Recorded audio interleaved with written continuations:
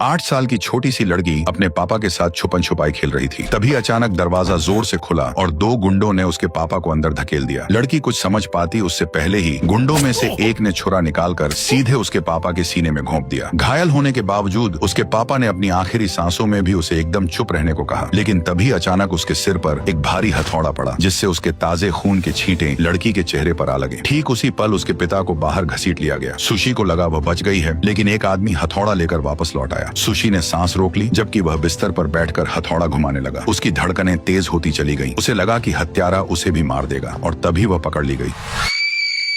पर उस आदमी ने उसे मारा नहीं, बल्कि एक बूढ़े को बेच दिया। जैसे ही बूढ़ा अपने कपड़े उतारकर उसके साथ कुछ घिनौना करने वाला था, तभी एक अजनबी अंदर घुसा और उसने उसे नीचे गिरा दिया। झड़प के दौरान बंदूक सुशी के पास गिर गई। मौका देखकर सुशी ने बंदूक उठाई और पीछे से आने वाले साथी को मार गिराया। उस दिन दोनों ने एक दूसरे की जान बचाई। जो लड़की को बचाने आया था उसका नाम आशांग था, और वह यान बियन गैंग का लीडर था। सुशी ने आशांग से अपने पापा का बदला लेने के लिए खुद को एक प्रोफेशनल हत्यारा बनाने की गुजारिश की। इसलिए आशांग ने उसे एक भगोड़े के साथ गन असेंबलिंग मुकाबले में डाल दिया। शर्त थी कि सुशी पहले बंदूक जोड़कर सामने वाले को गोली मारे, लेकिन उसे उम्मीद नहीं थी कि सुशी 10 सेकंड में बंदूक जोड़ लेगी। सुशी ने निशाना साधा, लेकिन मासूमियत के कारण ट्रिगर नहीं दबा पाई। यह देखकर उस आदमी ने रफ्तार बढ़ाई और सुशी पर निशाना साध लिया, लेकिन उसी वक्त आशांग ने उसे गोली मार दी।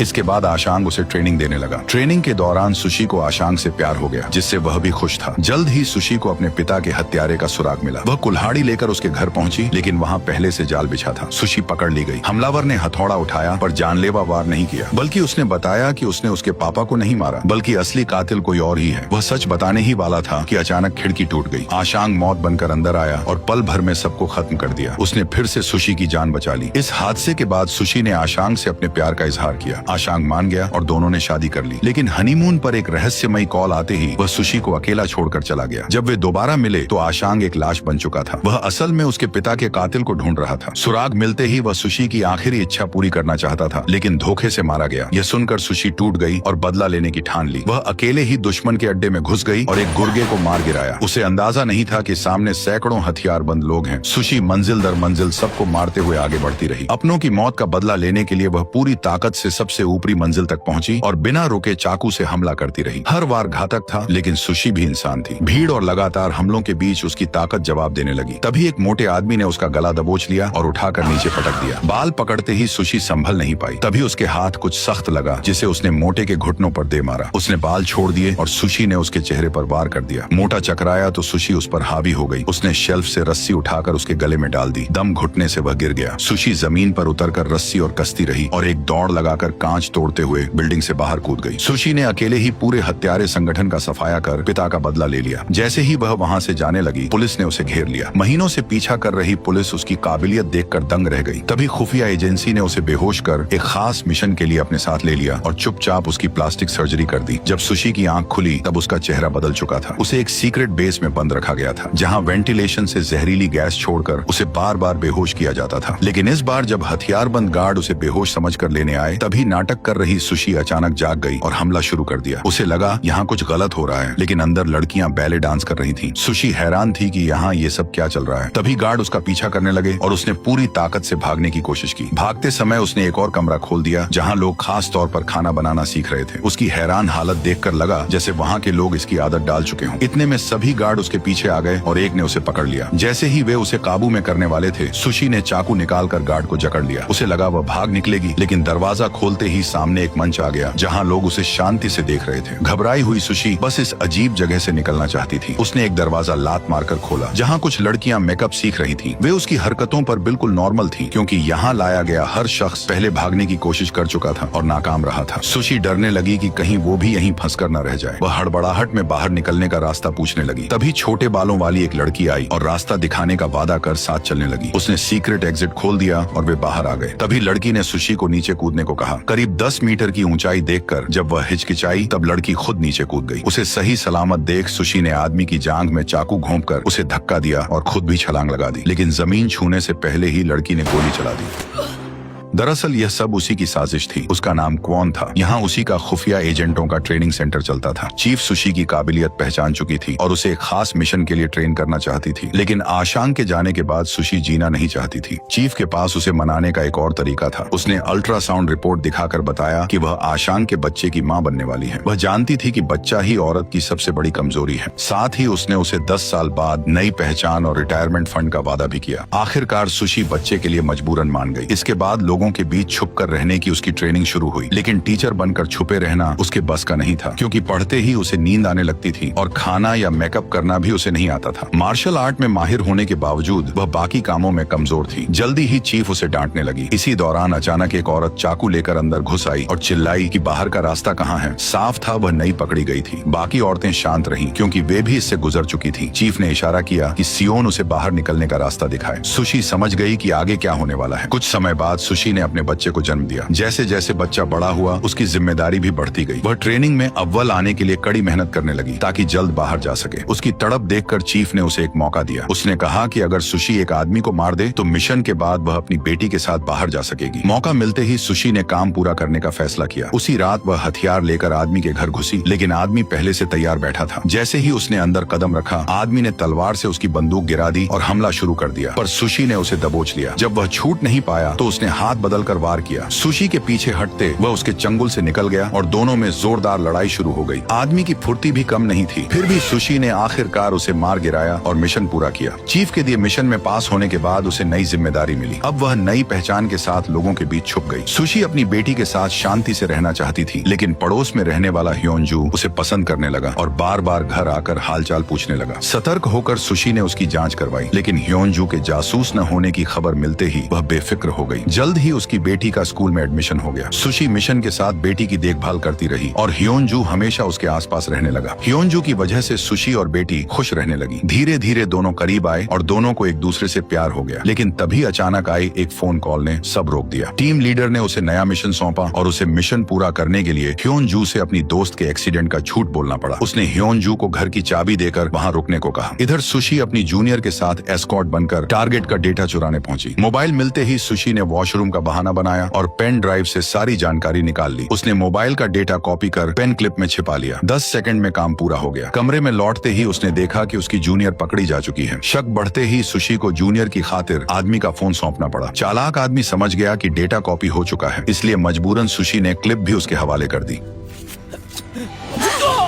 अचानक चारों के बीच खतरनाक लड़ाई छिड़ गई। सुशी ने पलटवार कर पेन ड्राइव वापस ले ली, लेकिन उसकी जूनियर बुरी तरह घायल हो गई। तभी चीफ सही समय पर वहां पहुंची। सुशी ने तुरंत जूनियर को अस्पताल ले जाने को कहा, पर चीफ ने उसकी बात अनसुनी कर दी।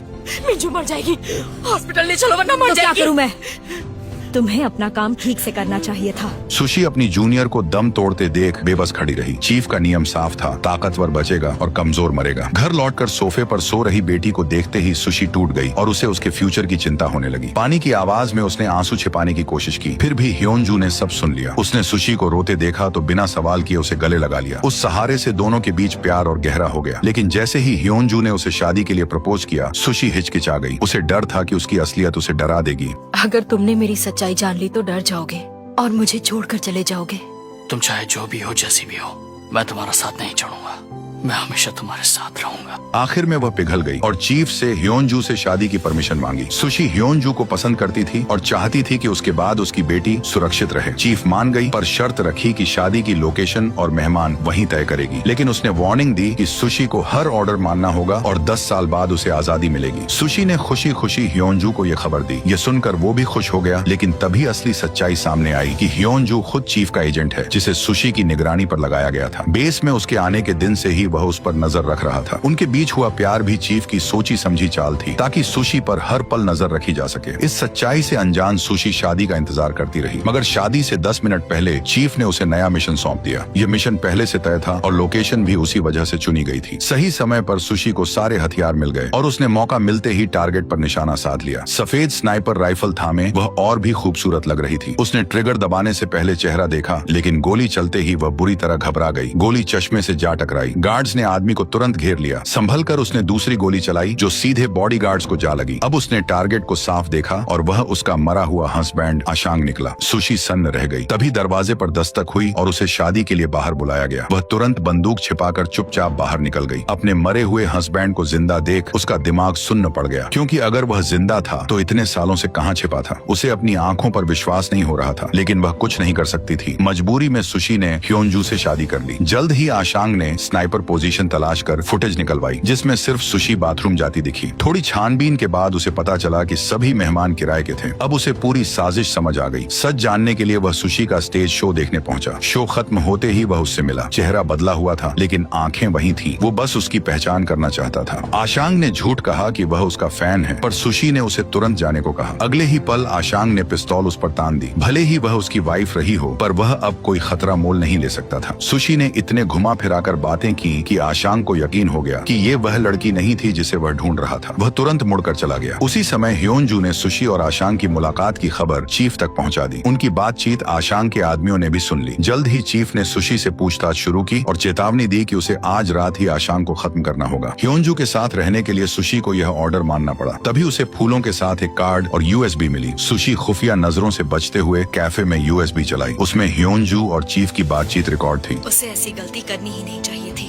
किसी भी इंसान से ऐसी गलती हो सकती है। गलत फहमी मत पालो, तुम्हारी शादी भी एक मिशन ही है। सच सुनते ही उसका दिल टूट गया। जिसे वह प्यार समझती रही वह एक जाल निकला। बदला लेने के लिए उसने आशांग को मैसेज भेजा कि उसे मारने एक सीक्रेट एजेंट आने वाली है। खबर मिलते ही आशांग के आदमियों ने एजेंट को पकड़ लिया। चीफ समझ गई कि सुशी ने उसे धोखा दिया है, लेकिन उसने ह्योनजू को कुछ नहीं बताया। बस इतना कहा कि वह सुशी पर नजर रखे। उधर सुशी ह्योनजू से बदला लेना चाहती थी, पर वह सही वक्त का इंतजार करती रही। चीफ ने पकड़े गए एजेंट को छुड़ाने के लिए नया प्लान बनाया। वह एजेंट के बदले सुशी की अदला बदली करेगी और उसी मौके पर आशांग को खत्म कर देगी। आशांग ने सौदा मंजूर कर लिया। तय जगह पहुंचने से पहले ही आशांग मोटरसाइकिल पर सामने आ गया। उसने चीफ की गाड़ी रुकवा दी और पलक झपकते गार्ड्स को मार गिराया। चीफ ने बंदूक उठाई ही थी कि पीछे से एक ट्रक ने जोरदार टक्कर मार दी। अफरा तफरी में सुशी ने मरे गार्ड से हथकड़ी की चाबी निकाल ली। हालात पलट चुके थे। आखिर में आशांग उसे उसके अपार्टमेंट के बाहर छोड़ गया और सेफ्टी के लिए एक बंदूक भी थमा गया। लेकिन जैसे ही सुशी अपने अपार्टमेंट के नीचे पहुंची, तभी अचानक ऊपर जोरदार धमाका हुआ। उसका दिल दहल गया। उसने ऊपर देखा तो ह्योनजू अपनी बेटी को सीने से लगाए खिड़की से नीचे गिर रहा था। सुशी पागलों की तरह दौड़ी। उसने हाथ फैलाकर अपनी बेटी को पकड़ने की कोशिश की, लेकिन अगले ही सेकंड दोनों जमीन पर जोर से आ गिरे। सुशी ने दौड़कर बेटी को गोद में उठा लिया, पर बहुत देर हो चुकी थी। उसकी सांसें थम चुकी थी। ह्योनजू किसी तरह आखिरी सांस तक खुद को संभाले रहा। वह कुछ कहना चाहता था, लेकिन सुशी को बिखरते देख उसने भी वहीं दम तोड़ दिया। उस पल सुशी का गुस्सा 7वें आसमान पर पहुंच चुका था। उसे यकीन हो गया कि यह सब चीफ ने करवाया है। बदले की आग और भड़क उठी। अब वह सिर्फ एक चीज चाहती थी, चीफ की मौत। लेकिन तभी चीफ ने चुपचाप एक मॉनिटर ऑन कर दिया। स्क्रीन पर धमाके से पहले की फुटेज चलने लगी। असल में जिस सीक्रेट एजेंट को सुशी ने पकड़वाया था, उसने ही उसका एड्रेस बता दिया था। उसी जानकारी पर आशांग के आदमी घर तक पहुंच गए। जब ह्योनजू बेटी को लेकर लौटा, तभी उन लोगों ने उस पर हमला कर दिया। ह्योनजू समझ गया कि यह सब आशांग का प्लान है। बेटी को बचाने के लिए उसने आशांग से बात की। उधर से जवाब मिला कि अगर जिंदा रहना है तो अपने हाथों से बच्ची को मार दो। तभी एक आदमी ने उसके सामने चाकू फेंक दिया, लेकिन ह्योनजू उस बच्ची को अपनी बेटी मान चुका था। उसने चाकू उठाया और पूरी ताकत से लड़ पड़ा। दुश्मन ज्यादा होने की वजह से वो टिक नहीं पाया और दोबारा पकड़ लिया गया। तभी ह्योनजू को एक सच के बारे में पता चला कि जिस गुंडे ने सुशी के पिता को मारा था, वह कोई और नहीं बल्कि खुद आशांग था। ये सुनते ही सुशी के पैरों तले जमीन खिसक गई। इसके बाद उसे और बम को एक साथ बांध दिया गया। प्लान एकदम साफ था। जैसे ही सुशी नीचे पहुंचेगी, तभी धमाका होगा।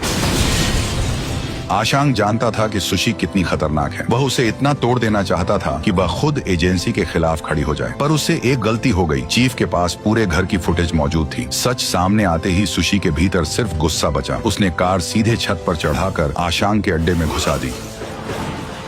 अंदर कदम रखते ही उसने एक एक कर सबको मार गिराया। कुछ ही मिनटों में चारों तरफ लाशें बिछ गईं। आखिरकार आशांग अपने ठिकाने से बाहर निकला, लेकिन सुशी के दिमाग में अभी भी एक ही सवाल घूम रहा था कि क्या कभी आशांग ने उससे सच्चा प्यार किया था। तभी आशांग ने बेझिझक सच बोल दिया। उसने कहा कि वह कभी सुशी से प्यार नहीं करता था। उसने जो कुछ भी किया सिर्फ एक मकसद से किया। वो सुशी को अपने पास रखना चाहता था। उसे अपना सबसे तेज और सबसे खतरनाक हथियार बनाना चाहता था। लेकिन किस्मत ने खेल पलट दिया। ये सुनते ही सुशी भीतर से टूट गई। उसने पिस्तौल फेंकी, छोटी छुरी निकाली और बिना पल गवाए आशांग पर झपट पड़ी। वह उसकी सिखाई हर चाल उसी पर आजमा रही थी। दोनों टॉप लेवल फाइटर आमने सामने थे। घर के अंदर शुरू हुई लड़ाई सड़क तक पहुंच गई। कोई पीछे हटने को तैयार नहीं था। तभी आशांग के आदमी वहां पहुंच गए। उन्होंने उसे बचाया और भागने के लिए एक बस हाईजैक कर ली। सुशी उनके पीछे दौड़ी, लेकिन एक कार से टकराकर जमीन पर गिर गई। मौके का फायदा उठाकर आशांग ने बस उसके ऊपर चढ़ा देने का हुक्म दिया। बस पूरी रफ्तार से उसकी ओर बढ़ी, मगर आखिरी पल में वह लुढ़क कर किनारे हो गई। सुशी अब उसे जिंदा छोड़ने वाली नहीं थी। वह तुरंत उठी, हथौड़े से कार की विंडशील्ड तोड़ी, इंजन स्टार्ट किया और बोतल से एक्सीलरेटर दबा दिया। फिर बोनट पर चढ़कर उल्टे हाथ से स्टीयरिंग संभालते हुए बस का पीछा करने लगी। गाड़ी पास आते ही वह छलांग लगाकर बस के पीछे लटक गई। मौका मिलते ही खिड़की तोड़ अंदर घुस गई। गुंडों ने उसे घेर लिया, पर उसकी ताकत के आगे वे टिक न सके। तब आशांग को खुद सामने आना पड़ा और सुशी भी आर पार की लड़ाई के लिए तैयार हो गई। आशांग के कमजोर पड़ते ही उसने गुंडों को बुलाया और पीछे से सुशी पर वार किया। दर्द के बावजूद सुशी ने ड्राइवर पर हमला कर दिया, जिससे बस पलट गई। टक्कर में घायल आशांग हिल भी नहीं सका और सुशी को मौका मिल गया। उसने कुल्हाड़ी उठाई, पर वार करने से पहले ही उसके हाथ रुक गए। आशांग मुस्कुराया और ठीक उसी तरह सीटी बजाने लगा जैसे उस रात जब उसने सुशी के पिता को मारा था। वह आवाज आज भी उसके भीतर जिंदा थी। एक ही पल में सारा गुस्सा तूफान बनकर लौट आया। इस बार वो बिल्कुल नहीं घबराई। उसने एक ही पल उसका सिर धड़ से अलग कर दिया और आशांग की कहानी वहीं खत्म हो गई और यहीं पर यह मूवी पूरी हो गई।